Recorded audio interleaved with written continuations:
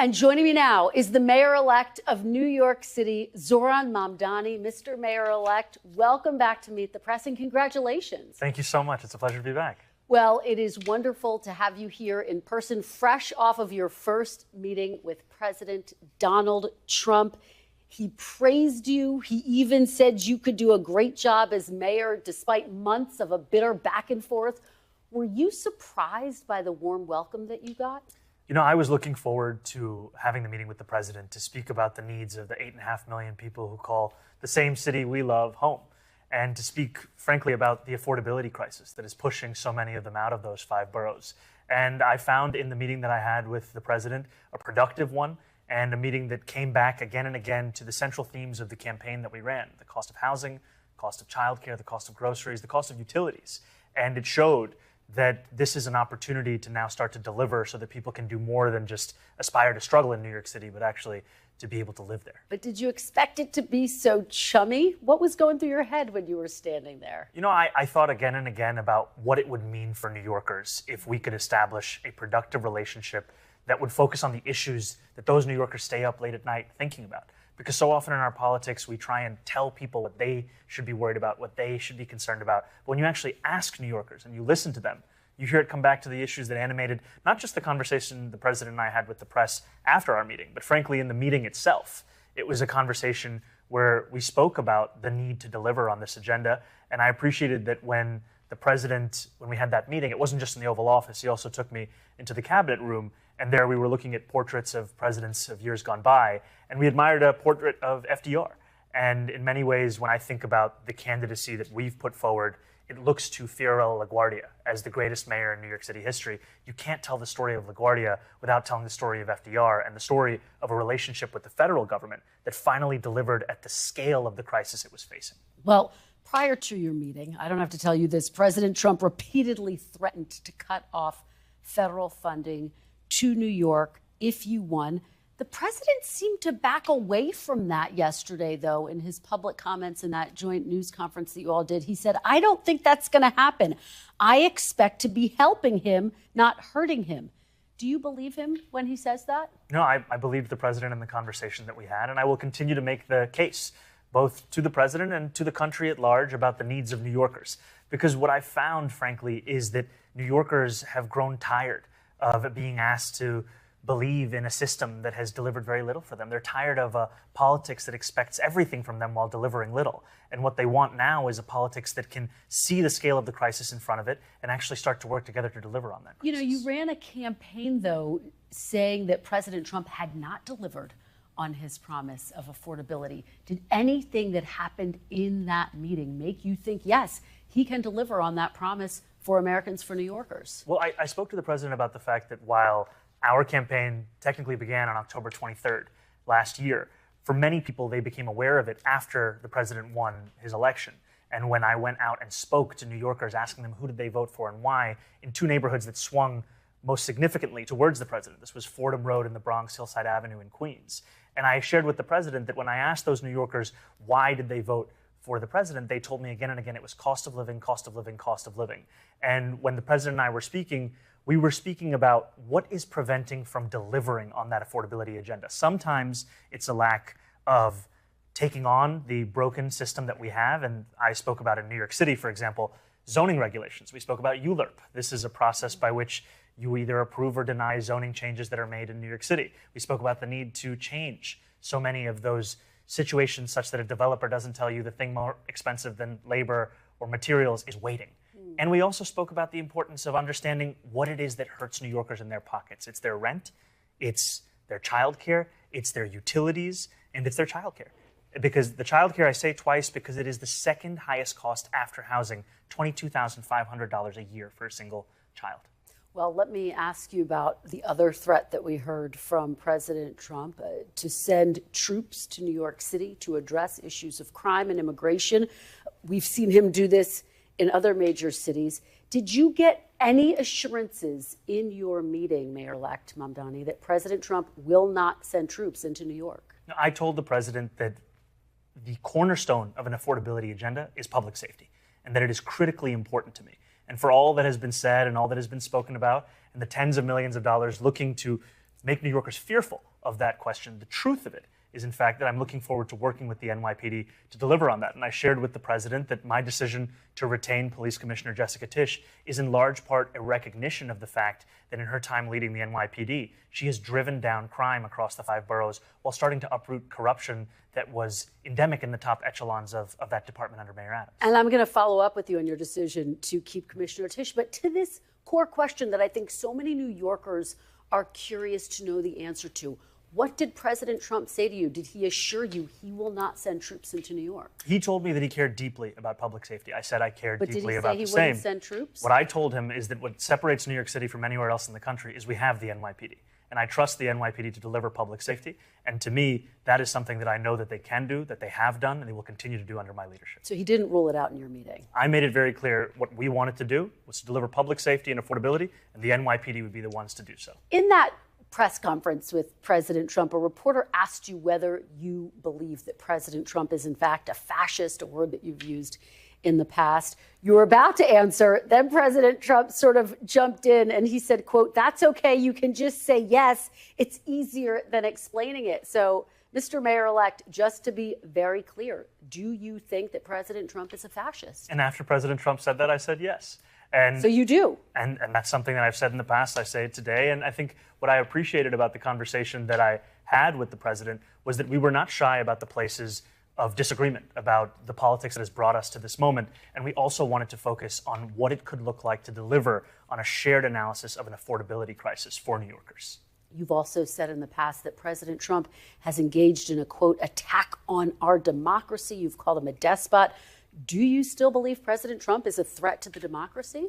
Everything that I've said in the past, I continue to believe. And that's the thing that I think is important in our politics, is that we don't shy away from where we have disagreements, but we understand what it is that brings us to that table. Because I'm not coming into the Oval Office to make a point or make a stand. I'm coming in there to deliver for New Yorkers. And a few weeks ago, I was asked by a reporter 3 words to describe myself. I said, New York City.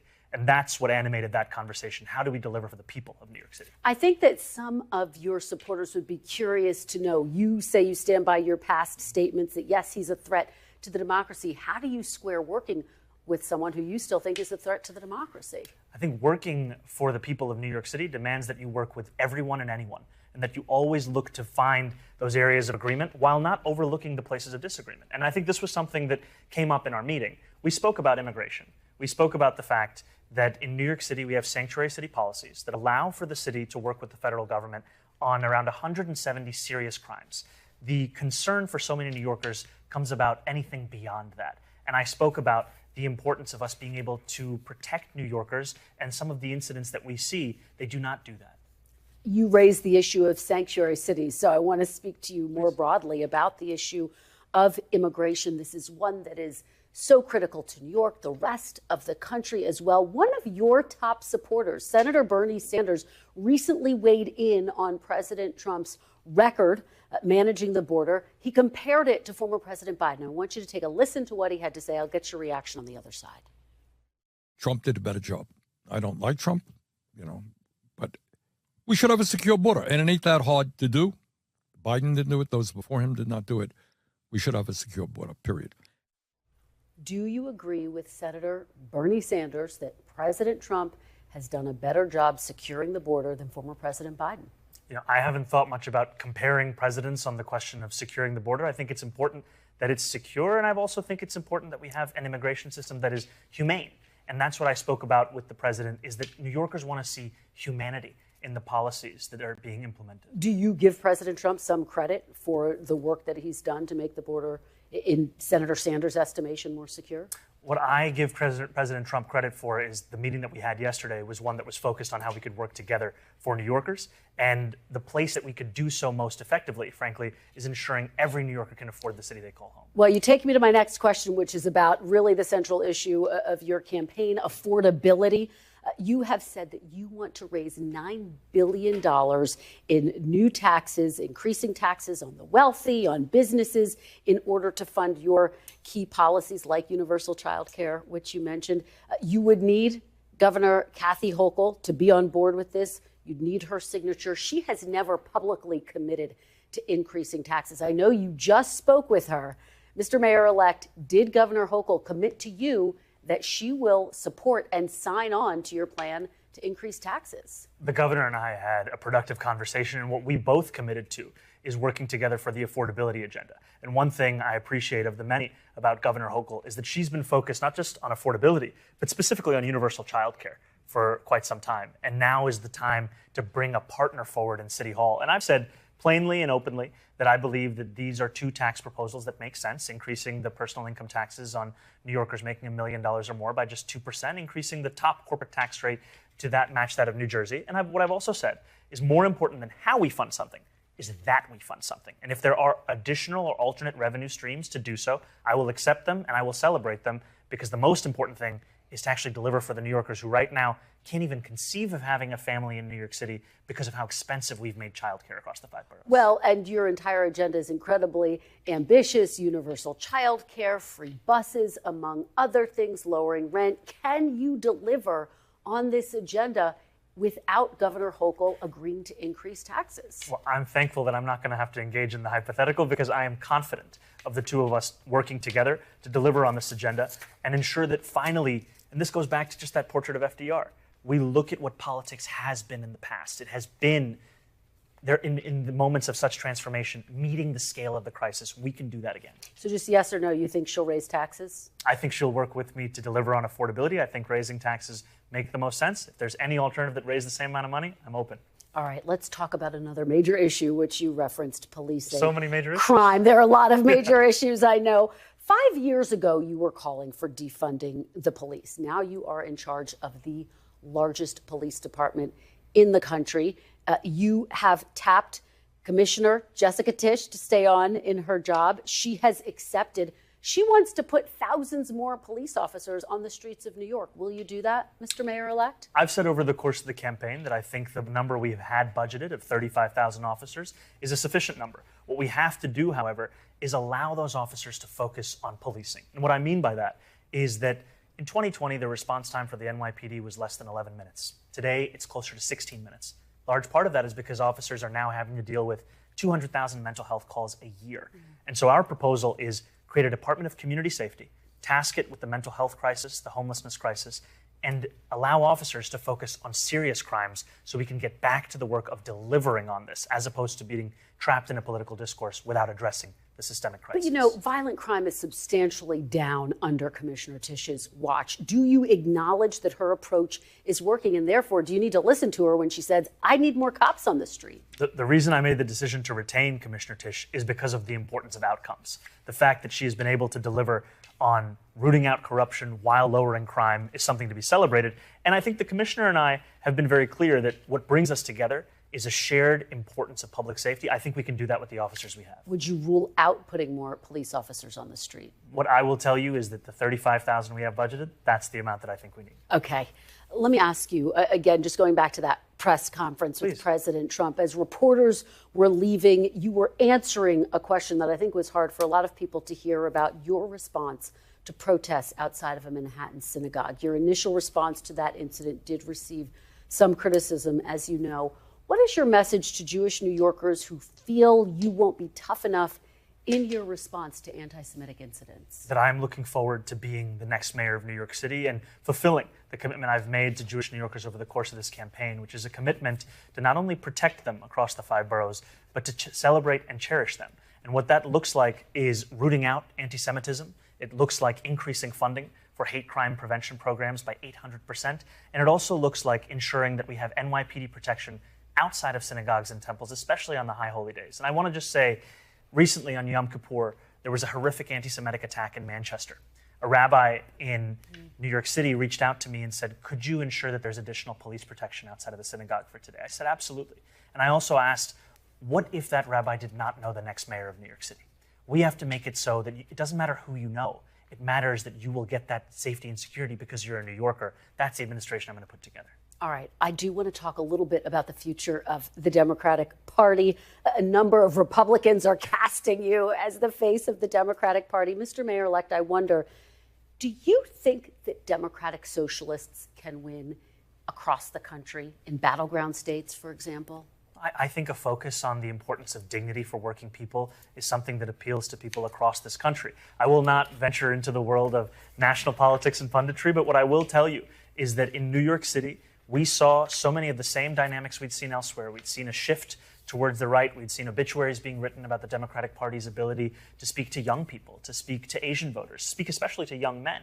And I actually shared this with the president, that the very constituencies that he had won over, that were a critical part of his increased vote share in New York City, were the ones that we then looked at as who we should focus on to bring back into the party. And I think that when you speak to those constituencies with the same respect you'd speak to any other, you will see that they will then engage in the process. We saw an increase in voter turnout amongst 18 to 29-year-olds by more than 300%.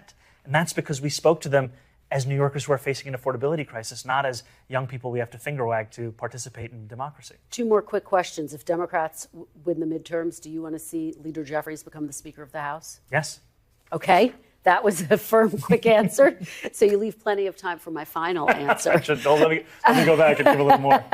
Look, former President Obama called you after your victory, and he offered to be a sounding board for you as you take on this role of mayor of New York City. What advice did he give you about how to lead effectively in these years ahead? You know, one thing I really appreciated about the conversations I've had with the president have been the importance of what it looks like, not only to inspire hope, but to sustain it and then to deliver on it. And time again, that comes back to the city hall that you're putting together. And even right now, we have about 40-odd days of a transition. Transitions are typically a time of pageantry and pomp. We want it to be a time of substance, a time of purpose. And so we ensured that the first day after the election, we announced our 4 incredible co-chairs of our transition, our executive director.